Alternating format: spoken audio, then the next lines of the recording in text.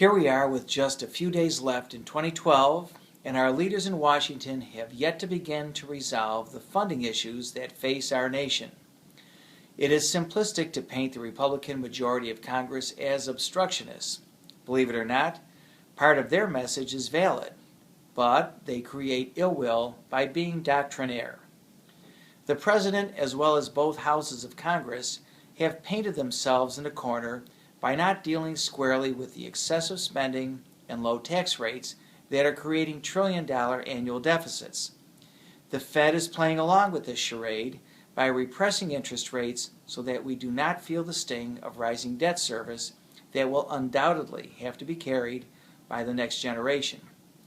The Republicans are partially correct in that by forcing the nation over the fiscal cliff, all Americans will begin to meaningfully close the gap between what we insist we must spend as a nation and the cost of those programs.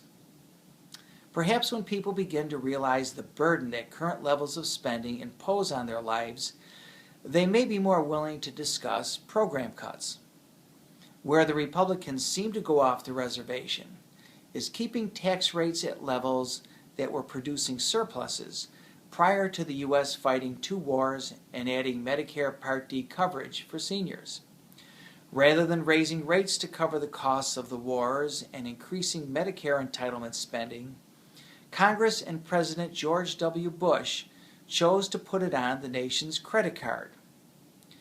The present-day fight is so contentious because both sides are pushing an agenda that cannot succeed in the end. No one in government has been brave enough to state what we all know. There is no free lunch. The markets are being patient, but their patience is finite. I'm Tony Ogorek.